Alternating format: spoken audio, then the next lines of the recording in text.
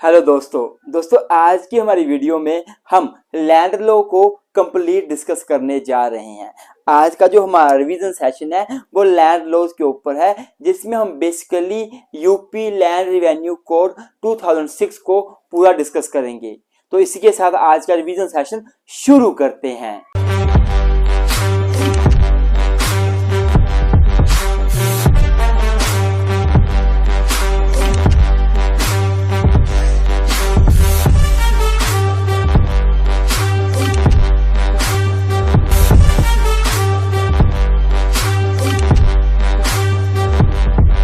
तो स्टूडेंट्स, मैं पहले एक बेसिक इंट्रोडक्शन दूंगा इस कोड की, यूपी रिवेन्यू कोड 2006 की।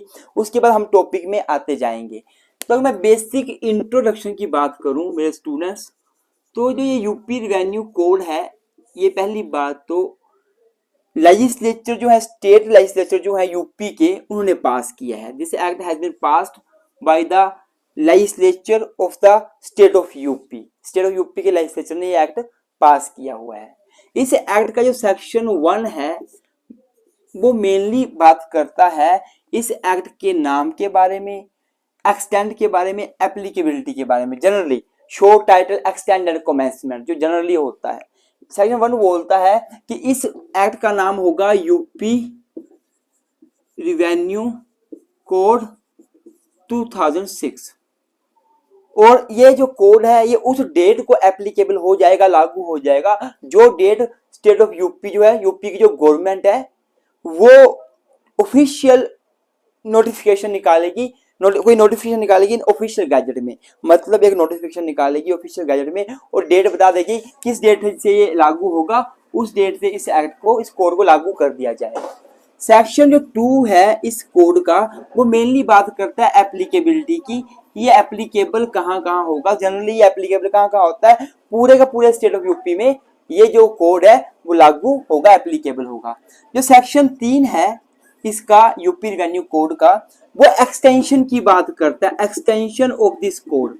मतलब बोलने का कि सेक्शन 3 बोलता है कि अगर कोई भी एरिया, कोई भी यूपी है, स्टेट ऑफ यूपी है, इसमें कुछ एरियाज बाद में ऐड किए गए, ये कोड पास हो गया उसके बाद में कुछ नए एरियाज ऐड किए गए हैं। मान लो कुछ एरिया ये हैं, ये भी यूपी में ऐड कर दिए गए, ये भी यूपी में ऐड कर दिए गए, यूपी बड़ा बन गया। तो जो जो एरियाज इस कोड के पास होने के बाद यूपी में ऐड किए जाएंगे, तो सेक्शन 3 बोलता है उनके ऊपर भी यूपी रिवेन्यू कोड एप्लीकेबल होगा। या तो पूरा का पूरा यूपी रिवेन्यू कोड इन पे अप्लाई हो जाएगा कंप्लीटली, या फिर कुछ प्रोविजन इस कोड के इनने जो एरियाज ऐड किए गए हैं उनमें अप्लाई होंगे। ये सेक्शन 3 एक्सटेंशन की बात करता है। मतलब यूपी रिवेन्यू कोड एक्सटेंड होगा उन एरियाज पे भी जो इस कोड के पास होने के बाद यूपी में ऐड किए गए हैं। या तो पूरा का पूरा ही हो जाएगा या कुछ प्रोविजन एप्लीकेबल हो जाएंगे। ये सेक्शन 4 है, अगर आप देखो तो वो बहुत सारी डेफिनेशंस के बारे में बताता है। जैसे कलेक्टर की डेफिनेशन क्या है, एग्रीकल्चर ईयर क्या है, बहुत सारी डेफिनेशन है। जैसे कि ग्राम सभा क्या है, ग्राम पंचायत क्या है, जो हम बाद में पढ़ते जाएंगे और आपको क्लियर होता जाएगा। जो मेन ये आगे इंट्रोडक्शन होगी। इसके बाद इसकी स्कीम क्या है, यूपी रिवेन्यू कोड जो एक्ट कोड है 2006 का, इसकी स्कीम क्या है। स्कीम मतलब यूपी रिवेन्यू कोड कैसे कैसे डिवाइड हुआ है। तो इस यूपी रिवेन्यू कोड में पहली बात तो टोटल 16 चैप्टर हैं, 16 इसमें चैप्टर हैं। दूसरी बात 234 इसमें सेक्शन है टोटल। और तीसरी बात इसमें 4 शेड्यूल भी हैं। यूपी रिवेन्यू कोड ऐसे डिवाइड हुआ है कि टोटल 16 चैप्टर हैं, 234 सेक्शन है और 4 शेड्यूल है। हमने ये सारे पढ़ने हैं, सारा A to Z नहीं पढ़ना है, कुछ बीच में आपके सिलेबस में है भी नहीं। तो अगर मैं बात करूं, सेक्शन 1 पढ़ लिया, 2 पढ़ लिया, 3 पढ़ लिया, 4 पढ़ लिया, तो अब जो मेन क्वेश्चन पेपर में आ सकता है वो सेक्शन 5 और 6 से है, जो बात करता है रिवेन्यू एरियाज के बारे में, और साथ में रिवेन्यू एरियाज क्या होता है और डिवीजन ऑफ रिवेन्यू एरिया क्या है। रिवेन्यू एरिया क्या है और डिवीजन ऑफ रिवेन्यू एरिया क्या है। पहली बात revenue, division of revenue areas and constitution of revenue areas, उसके बारे में हम पढ़ेंगे अब। तो वो हम पढ़ेंगे सेक्शन 5 और 6 में, तो वो हम कर लेते हैं। हमारा पहला टॉपिक भी यही होगा। तो स्टूडेंट्स, मेन जो क्वेश्चन है वो यही है revenue division and constitution of revenue areas. जो बेसिक इंट्रोडक्शन है वो तो आप कभी भी कहीं भी लिख सकते हो, पर ये मेन क्वेश्चन आ सकता है कि यूपी में रेवेन्यू डिवीजन कैसे हुआ है और रेवेन्यू डिवीजन का रेवेन्यू एरियाज है उनका कॉन्स्टिट्यूशन कैसे होता है। तो जो चैप्टर 2 है, जो रेवेन्यू कोड का चैप्टर 2 है, बोले तो चैप्टर 2 यूपी रेवेन्यू कोड का, वो इससे डील करता है। तो इसमें केवल 2 सेक्शन आपको पढ़ने हैं, एक तो सेक्शन 5 आपको पढ़ना है, दूसरा आपको सेक्शन 6 पढ़ना है। बस 2 ये टॉपिक कवर करता है सेक्शन। सेक्शन 5 बोलता है बात, सेक्शन मेनली बात करता है 5 जो है वो मेनली बात करता है division of state revenue areas, division of state revenue areas. और जो सेक्शन 6 है वो बात करता है constitution of revenue areas, constitution of revenue areas. तो अगर मैं बात करूं division of state revenue areas की बात करूं मैं सेक्शन 5 की, तो ये बात करता है कि जो स्टेट ऑफ यूपी है उसको कैसे डिवाइड किया गया है, उसको कैसे डिवाइड किया गया है। तो देखो ये स्टेट ऑफ यूपी है सारा का सारा, उसको पहले तो रेवेन्यू एरियाज में डिवाइड किया गया है जिसको डिवीजन बोलते हैं। मान लो ये पूरी स्टेट ऑफ यूपी है, ये पूरी स्टेट ऑफ यूपी है, इसको डिवाइड कर दिया डिवीजन में, 1 डिवीजन, 2 डिवीजन, 3 डिवीजन, 4 डिवीजन, फिर 5 डिवीजन, 6 डिवीजन, कुल मिला के 18 डिवीजन है स्टेट ऑफ यूपी में। फिर जो डिवीजन है उनको डिस्ट्रिक्ट में डिवाइड कर दिया, मतलब एक डिवीजन के अंदर बहुत सारी डिस्ट्रिक्ट आ गई। जैसे कि पहली डिवीजन है इसके अंदर 4 डिस्ट्रिक्ट आ गई, कोई और डिवीजन है उसके अंदर 8 डिस्ट्रिक्ट आ गई, 6 डिस्ट्रिक्ट आ गई। मैं एग्जांपल दे दूंगा किस किस डिवीजन में कितनी डिस्ट्रिक्ट, आप सुनते जाओ, ऐसे डिवाइड कर देंगे। फिर जो डिस्ट्रिक्ट हैं उनको वेरियस तहसील्स में डिवाइड कर दिया, मतलब एक डिस्ट्रिक्ट में कितनी तहसीलें आएंगी, एक डिस्ट्रिक्ट में कितनी जो है वो तहसील आएगी, मतलब एक डिस्ट्रिक्ट में 2 या 2 से ज्यादा तहसील होगी। अब मान लो एक डिस्ट्रिक्ट है, इसमें इसको तहसीलों में डिवाइड कर दिया, एक डिस्ट्रिक्ट में 2 तहसीलें भी हो सकती हैं, 3, 4, 5, 6 कितनी भी हो सकती हैं। इसके बाद जो तहसील है उसको परगना में डिवाइड कर दिया, परगना में डिवाइड कर दिया। अब मान लो ये तहसील है, इसको ये तहसील है, इसको परगना में डिवाइड कर दिया, एक तहसील में 2 या 2 से ज्यादा परगना होंगे। फिर लास्ट में जो एक परगना है उसको विलेज में डिवाइड कर दिया, मतलब एक जो परगना है उसमें 1 या 2 या 2 से ज्यादा विलेजेस होंगे। तो इस तरह से रेवेन्यू एरियाज को डिवाइड किया गया है स्टेट ऑफ यूपी में। कुल मिला के 18 डिवीजन है, डिवीजन को हिंदी में मंडल भी बोलते हैं। अगर आप यूपी की हैं तो आपको पता होगा। देखिए क्या लिखा हुआ है, सेक्शन 5 बोलता है for the purpose of this code the state shall be divided, जो स्टेट है पूरी UP, it shall be divided into the revenue areas, जिसको कि डिवीजन बोलते हैं। डिवीजन, ये डिवीजन कुल 18 डिवीजन है। डिवीजन में कंसिस्ट 2 और मोर देन 2 डिस्ट्रिक्ट, डिवीजन में फिर डिस्ट्रिक्ट आ जाएंगी 2 या 2 से ज्यादा। डिस्ट्रिक्ट को तहसीलों में डिवाइड कर दिया, एक डिस्ट्रिक्ट में 2 या 2 से ज्यादा तहसीलें आएंगी। फिर तहसील को परगना में डिवाइड कर दिया, एक तहसील में 2 या 2 से ज्यादा परगनाज आएंगे। और एक परगना को विलेज में डिवाइड कर दिया, एक परगना में 2 या 2 से ज्यादा विलेजेस आएंगे। ऐसे यूपी रेवेन्यू यूपी को डिवाइड किया गया है। ये तो एक बात होगी। अब देखो मैं वो एग्जांपल देता हूँ। यूपी में 18 मंडल हैं, 18 डिवीजन है। पहला एक डिवीजन का नाम है आगरा डिवीजन, मैं एग्जांपल आगरा का लूंगा। आगरा डिवीजन है, तो जो आगरा डिवीजन है इसमें कितनी डिस्ट्रिक्ट आती हैं, इसमें कुल मिला के 4 डिस्ट्रिक्ट आती हैं। एक Agra district, Firozabad district, Mathura district and Mainpuri district. ये 4 डिस्ट्रिक्टें किसमें आती हैं आगरा डिवीजन में। फिर दूसरी डिवीजन का नाम है अलीगढ़ डिवीजन। अलीगढ़ डिवीजन में कुल मिला के 4 डिस्ट्रिक्ट आती हैं, Aligarh district, Etah district, Hathras district, Kasganj district. मैं प्रोनाउंस कैसे कर रहा हूं आप देख लेना, आप यूपी के होंगे तो आपको पता होगा कि क्या है इसका प्रोनाउंसिएशन। फिर तीसरा जो डिवीजन है मेरे पास वो है अयोध्या डिवीजन। अयोध्या डिवीजन में कितनी डिस्ट्रिक्ट आती हैं, कुल मिला के 5 डिस्ट्रिक्ट आती हैं। 5 कौन कौन सी है, अंबेडकर नगर, अमेठी, अयोध्या, बरम्बकी, सुल्तानपुर। देखो ना, एक डिवीजन में कम ज्यादा डिस्ट्रिक्ट हो, 2 या 2 से ज्यादा डिस्ट्रिक्ट हो रही हैं, फिर आजमगढ़ डिवीजन आ जाएगा, फिर बरेली डिवीजन आ जाएगा, ऐसे कुल मिलाकर 18 डिवीजन है। तो आप 2-4 एग्जाम्पल लिख सकते हो, बहुत है ना, ये हो गया। अब सेक्शन 6 जो है वो बात करता है कॉन्स्टिट्यूशन ऑफ रिवेन्यू एरियाज, मतलब जो ये रिवेन्यू एरियाज हैं, जो डिवीजन है, इसको कॉन्स्टिट्यूट कौन करेगा? तो याद रखना, जो स्टेट ऑफ यूपी है उसकी स्टेट गवर्नमेंट जो है ना, वो बताएगी कि कितने डिवीजन होंगे, स्टेट ऑफ यूपी को कितने डिवीजन में डिवाइड किया जाएगा। अब 18 में डिवाइड किया हुआ है, क्या पता फ्यूचर में ज्यादा कम हो जाए, तो ये स्टेट ऑफ गवर्नमेंट बताती है। अब आपको पता ही है ना, कई बार आपने देखा होगा योगी सरकार ने कई जगह के नाम चेंज कर दिए, उनको एक में मिला दिया, अलग कर दिया, कुछ भी तो वे स्टेट ऑफ गवर्नमेंट करती है, स्टेट गवर्नमेंट करती है। तो सेक्शन 6 बात करता है mainly constitution of revenue areas की, कि रिवेन्यू एरियाज कॉन्स्टिट्यूट कौन करेगा? तो कौन करेगा? State government. स्टेट गवर्नमेंट बताएगी कि एक डिवीजन के अंदर कौन कौन सी डिस्ट्रिक्ट आएगी, डिस्ट्रिक्ट 1, 2, 3, मतलब एक डिवीजन है उसके अंदर कौन कौन सी डिस्ट्रिक्ट आएगी, कितनी डिस्ट्रिक्ट आएगी। जैसे कि आगरा डिवीजन में 4 डिस्ट्रिक्ट हैं, तो 4 डिस्ट्रिक्टों के नाम है आगरा, फिरोजाबाद, मथुरा, मैनपुरी। तो स्टेट गवर्नमेंट बताएगी क्या इसमें और ऐड करनी है कोई डिस्ट्रिक्ट, या क्या मैनपुरी की जगह कोई और डिस्ट्रिक्ट ऐड करनी है, वो सारा कुछ स्टेट गवर्नमेंट डिसाइड करती है। स्टेट गवर्नमेंट डिसाइड करेगी कि एक डिस्ट्रिक्ट के अंदर कौन कौन सी तहसीलें आएंगी, जो यहाँ पे डिस्ट्रिक्ट के अंदर तहसीलें आती हैं 2 या 2 से ज्यादा, तो कौन कौन सी तहसील आएगी। अब आप भी किसी तहसील में रहते होंगे, तो आपकी एक डिस्ट्रिक्ट होगी, तो आपकी डिस्ट्रिक्ट के अंदर आपको ऐड किया गया, स्टेट गवर्नमेंट करती है कि किस डिस्ट्रिक्ट के अंदर कौन कौन सी तहसील आएगी, है ना।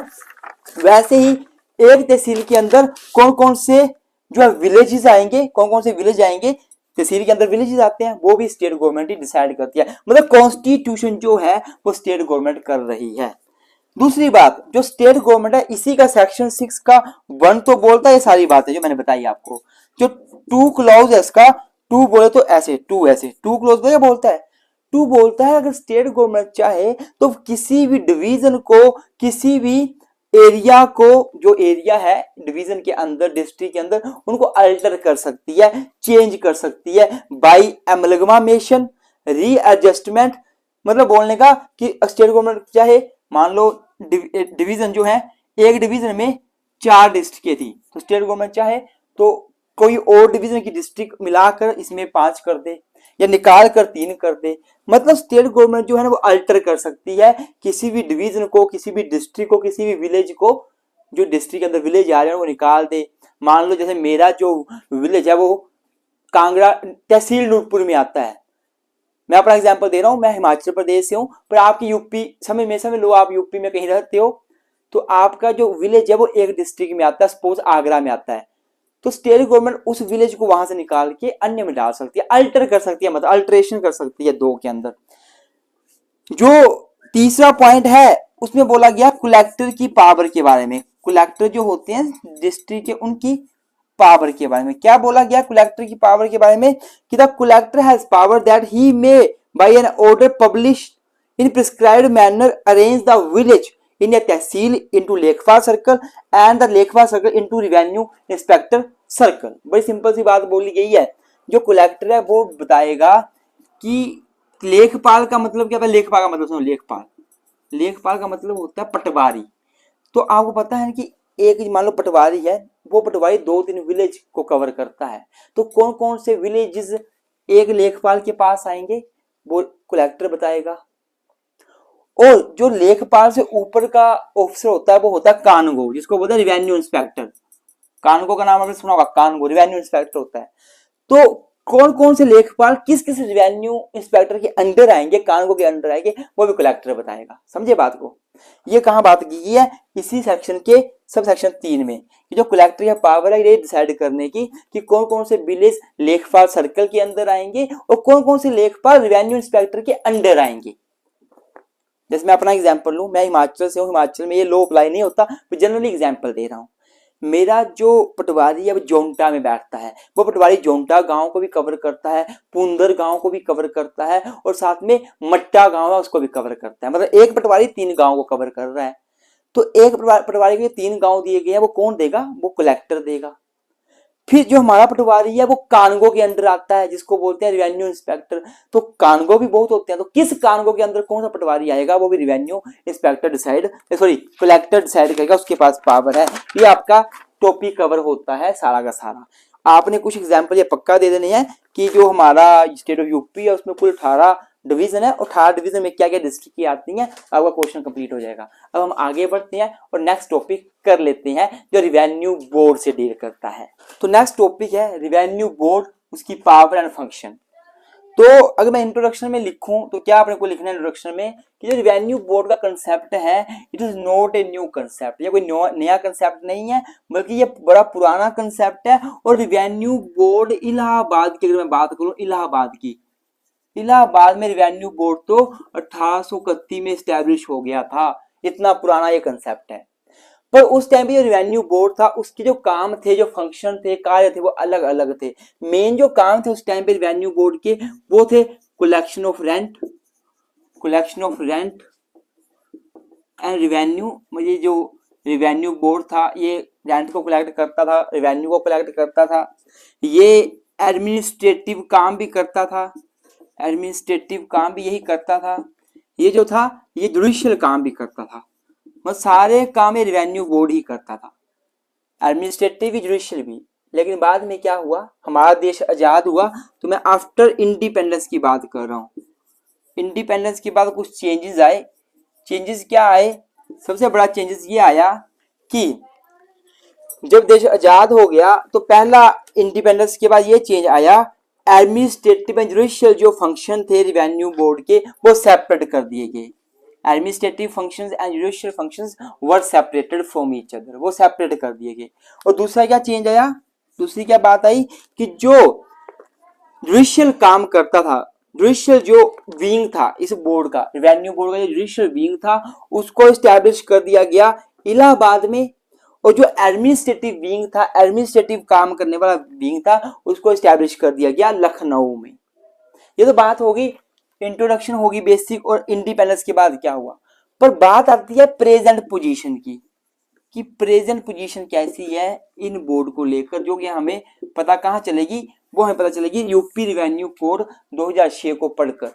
तो यूपी रिवेन्यू कोड 2006 का जो सेक्शन 7 है, 8 है, 9 है, 7, 8, 9, इवन 10 भी वो सारे डील करते हैं रिवेन्यू बोर्ड से, उनकी पावर से, फंक्शन से, जुरिडिक्शन से। तो वो हम अब 1 बाय 1 सेक्शंस को कर लेते हैं। तो स्टूडेंट्स अगर मैं प्रेजेंट पोजीशन की बात करूं जो कि यूपी लैंड रेवेन्यू एक्ट 2006 में दे रखा है, तो पहली बात आपको याद करनी है कि चैप्टर 3 जो है वो इसी से डील करता है, बोर्ड रिवेन्यू बोर्ड से। जो सेक्शन 4 सब सेक्शन 1 है, मैंने आपको बताया था सेक्शन 4 में डेफिनेशंस दे रखी हैं बहुत सारी। तो सेक्शन 4 सब सेक्शन 1 हमें बोर्ड के बारे में बताता है कि ये रिवेन्यू बोर्ड है क्या। सेक्शन 4 सब सेक्शन 1 वही बोलता है कि रिवेन्यू बोर्ड का मतलब है वो बोर्ड जो सेक्शन 7 के अंदर स्टैब्लिश किया हुआ है। तो सेक्शन 7 क्या बोलता है, सेक्शन 7 बोलता है बोर्ड ऑफ रिवेन्यू के बारे में, बोर्ड ऑफ रिवेन्यू के बारे में। तो रिवेन्यू बोर्ड में कौन आएगा, कितने मेंबर आएंगे, वो कहाँ लगता है पता, सेक्शन 7 में।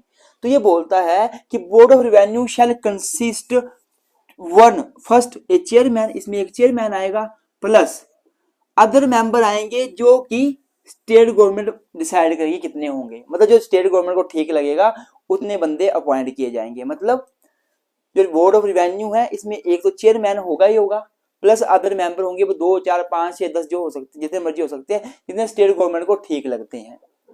जो इसका सब सेक्शन 2 है ये डिलीट कर दिया गया है। सब सेक्शन 1 में एक और बात याद करनी है कि अगर इस कोड 2006 से पहले कोई रिवेन्यू बोर्ड बना था तो उस रिवेन्यू बोर्ड को कंटिन्यू किया जाएगा UP revenue code act code 2006 के बाद भी। मतलब अगर पहले से बन रखा है तो उस बोर्ड को भी इस बोर्ड के अंदर मान्यता दी हुई है। मतलब क्या लिखा हुआ है, आप देखोगे क्या लिखा हुआ है, यहाँ लिखा गया है provided that the board as constituted and functioning immediately before the commencement of this code shall be deemed to be board constituted under this section.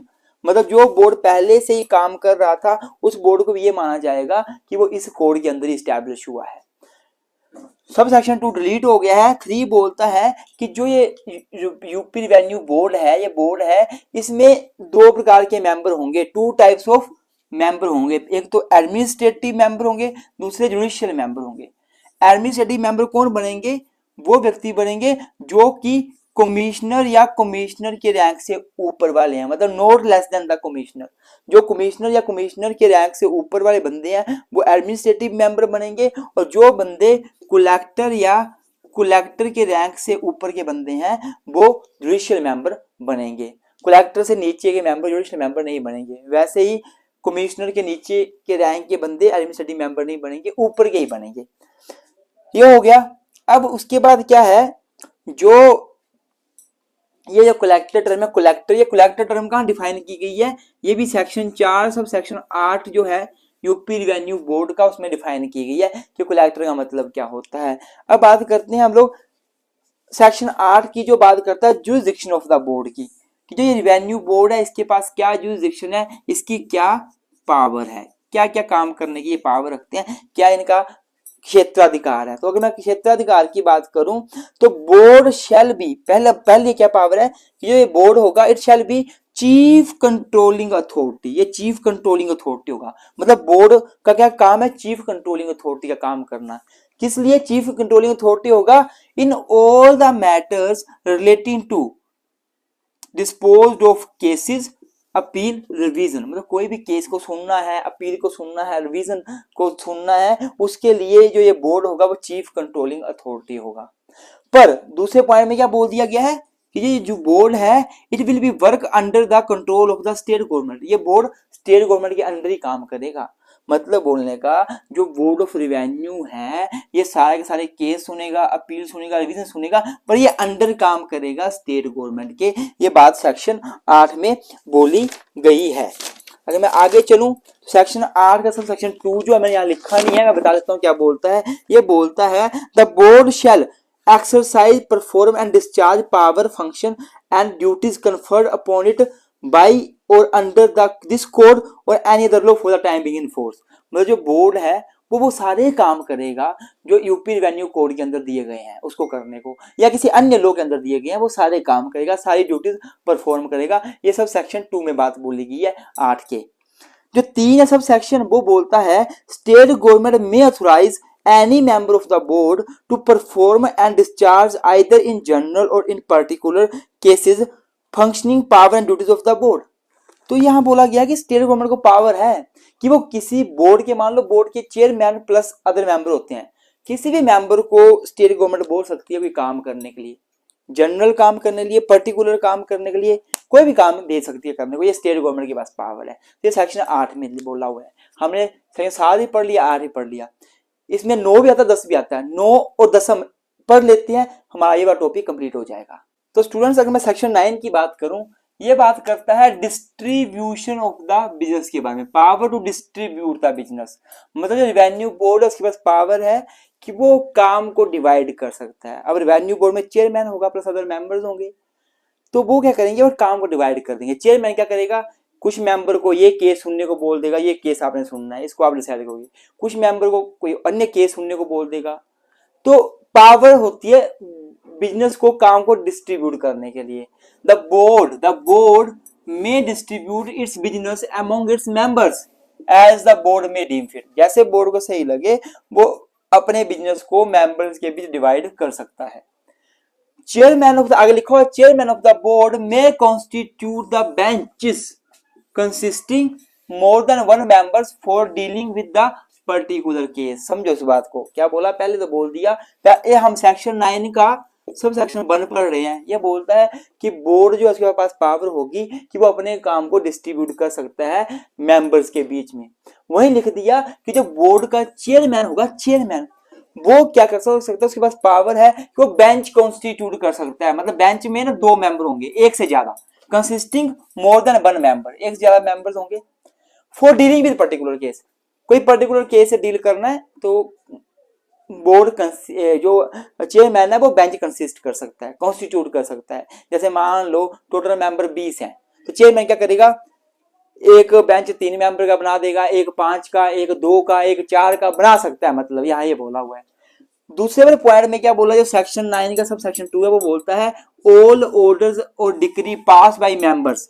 जो ये मेंबर जो बेंच बनाए गए हैं उनमें मेंबर है, वो कोई डिक्री पास करेंगे, कोई ऑर्डर पास करेंगे, तो वो ऑर्डर और डिक्री ये मानी जाएगी जैसे कि वो बोर्ड की डिक्री ऑर्डर है, मतलब बोर्ड ने पास किया है। बोर्ड के मेंबर जब कोई ऑर्डर पास करेंगे, डिक्री पास करेंगे, तो वो ऑर्डर जो डिक्री बोर्ड की डिक्री मानी जाएगी। मतलब जैसे होता है ना कि वाइकेरियस लायबिलिटी, मतलब जो काम मेंबर्स करेंगे वो सारा बोर्ड पे बाइंडिंग होगा और बोर्ड लायबल होगा उनके काम के लिए। ये सेक्शन 9 में बोला गया है।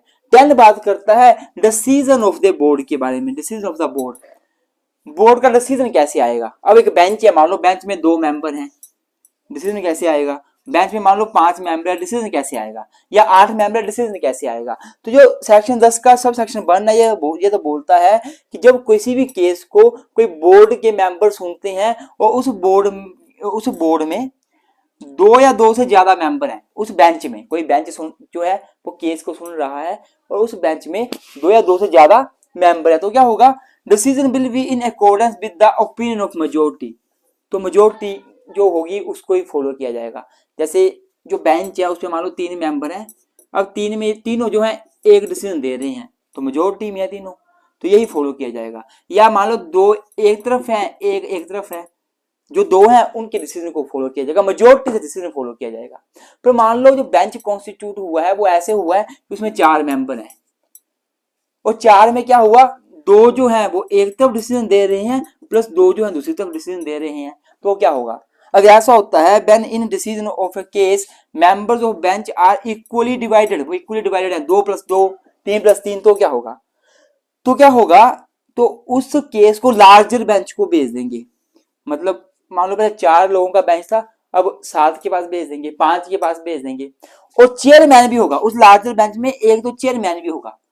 फिर जो मेजोरिटी से डिसीजन आएगा, अब ओड मेंबर बन जाएंगे, जो मेजोरिटी का डिसीजन होगा वही फॉलो किया जाएगा, वही बाइंडिंग होगा, यहाँ पे बोला गया है। और लास्ट में जो सब सेक्शन 3 है, सेक्शन 10 का, वो बड़ी सिंपल बात बोलता है, वो बोलता है all the decision given by the member sitting in singly division bench larger bench shall be deemed to the decision of the board. मतलब जो भी डिसीजन दिया जाएगा, चाहे वो सिंगल बेंच के द्वारा दिया जा रहा है, डिवीजन बेंच के द्वारा दिया जा रहा है, लार्जर बेंच के द्वारा दिया जा रहा है, वो डिसीजन बोर्ड का डिसीजन नहीं माना जाएगा। जैसे यहाँ पे था वैसे सेम बात यहाँ पे है 10(3) में। तो ये हमारे सेक्शन पूरे होते हैं। अब हम आगे बढ़ते हैं और इसका नया टॉपिक कर लेते हैं। तो स्टूडेंट्स, जो हमारा अभी का टॉपिक है वो commissioner, additional commissioner, collector, additional collector, नायब तहसीलदार, तहसीलदार सबसे डील करता है। एसडीओ सब डिविजनल ऑफिसर के बारे में डील करता है। तो जो भी सेक्शन आगे पढ़ेंगे अब उससे पढ़ेंगे। तो आपको मैं एक बार बता दूं कि अगर आपको सेक्शन 11 क्लियर हो गया, मतलब कमिश्नर एंड एडिशनल कमिश्नर का, तो ऑटोमेटिकली आप कलेक्टर, एडिशनल कलेक्टर समझ जाओगे, ऑटोमेटिकली समझने लग पड़ोगे आगे। तो क्या है, सेक्शन 11 बात करता है कमिश्नर एंड एडिशनल कमिश्नर की। बड़ी सिंपल सी एडिशनल कमिश्नर की बड़ी सिंपल सी बात बोलता है सेक्शन 11। ये बोलता है कि जो स्टेट गवर्नमेंट है, स्टेट की जो गवर्नमेंट है, या स्टेट ऑफ यूपी में गवर्नमेंट कौन है, योगी सरकार है, वो क्या करेगी, वो हर एक डिवीजन में कमिश्नर अपॉइंट करेगी, एक कमिश्नर अपॉइंट करेगी। अब मैं बता दूं जो यूपी है वो पूरा यूपी डिवीजन में बांटा गया है, 18 डिवीजन है टोटल। तो मतलब एक डिवीजन में एक कमिश्नर होगा जो हेड होगा, और कमिश्नर मतलब जो उसके अंदर जितने भी डिस्ट्रिक्ट आ रही हैं उनको देखेगा, डिवीजन का हेड होगा, वो सबसे ऊपर रैंक में कमिश्नर आता है। तो एक स्टेट गवर्नमेंट क्या करेगी, एक डिवीजन में एक कमिश्नर को अपॉइंट कर देगी। जो कमिश्नर है वो सारे के सारे काम करेगा, सारे के सारी पावर उसको दी जाएगी, फंक्शन परफॉर्म करने को बोला जाएगा जो यूपी रेवेन्यू कोड के अंदर बोला गया है करने को, प्लस एनी अदर लॉ के अंदर बोला गया है कि अन्य लॉ के अंदर भी बोला गया है तो वो करेगा। तीसरी बात क्या बोल दी कि जो ये कमिश्नर होगा he will be the head of all the revenue officer, जितने भी रेवेन्यू ऑफिसर हैं, चाहे कलेक्टर है, एडिशनल कलेक्टर है, तहसीलदार है, नायब तहसीलदार है, जो भी ऑफिसर आगे हम पढ़ेंगे सबका हेड कमिश्नर ही होगा। ये सारी बातें सब सेक्शन 1 में बोल दी। दूसरे पॉइंट में क्या बोल दिया कि अगर स्टेट गवर्नमेंट चाहे, अगर स्टेट गवर्नमेंट को लगता है कि इस कमिश्नर की हेल्प करने के लिए एडिशनल कमिश्नर होना चाहिए। काम ज्यादा है, डिवीजन बड़ी है, तो उसके लिए एडिशनल कमिश्नर का होना जरूरी है। तो स्टेट गवर्नमेंट क्या है, वो एडिशनल कमिश्नर, एक या एक से ज्यादा एडिशनल कमिश्नर भी अपॉइंट कर सकता है किसी पर्टिकुलर डिवीजन के लिए।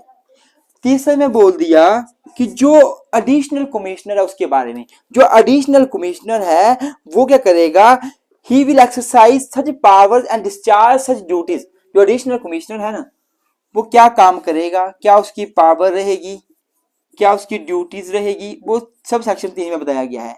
तो बोला गया है कि जो एडिशनल कमिश्नर होगा वो सारी की सारी पावर को यूज करेगा, सारी की सारी ड्यूटीज उसको दी जाएंगी जो कि स्टेट गवर्नमेंट चाहे उसको दे दे। और अगर स्टेट गवर्नमेंट ने उसको पावर, उसको ड्यूटीज नहीं दी है, उसका काम नहीं बताया है, तो जो ये कमिश्नर है वो इसको काम बताएगा एडिशनल कमिश्नर को कि आपको क्या काम करना है, कहाँ कहाँ करना है, मतलब on the direction of the commissioner जो एडिशनल कमिश्नर है वो काम करेंगे। तो चौथा पॉइंट है वो बोलता है, बस सिंपल सी बात बोलता है कि जो भी प्रोविजन जो प्रोविजन है वो कमिश्नर के ऊपर अप्लाई होंगे, रूल कमिश्नर के अप्लाई होंगे, वो सारे के सारे प्रोविजन सेम रूल जो हैं वो एडिशनल कमिश्नर के ऊपर भी अप्लाई होंगे। ये सब सेक्शन 4 में बात बोली हुई है। जो 5वां है, सब सेक्शन 5 पढ़ोगे, बड़ी सिंपल सी बात बोली गई है कि अगर स्टेट गवर्नमेंट चाहे तो वो किसी भी एडिशनल कमिश्नर जुडिशियल का दर्जा भी दे सकती है, जो केवल जुडिशियल काम करेगा, जुडिशियल से रिलेटेड जो काम है उनको करेगा। ये 5 में बोला गया है। मतलब स्टेट गवर्नमेंट चाहे तो किसी एक एडिशनल कमिश्नर को पकड़ के उसको एडिशनल कमिश्नर जुडिशियल बना देगी, और वो फिर क्या करेगा, जुडिशियल बिजनेस करेगा, काम जुडिशियल काम करेगा। ये सारी बातें 11 में बोली गई हैं। अब 12 जो डील करता है वो कलेक्टर एंड एडिशनल कलेक्टर से डील करता है, और सेम यही प्रोविजन है।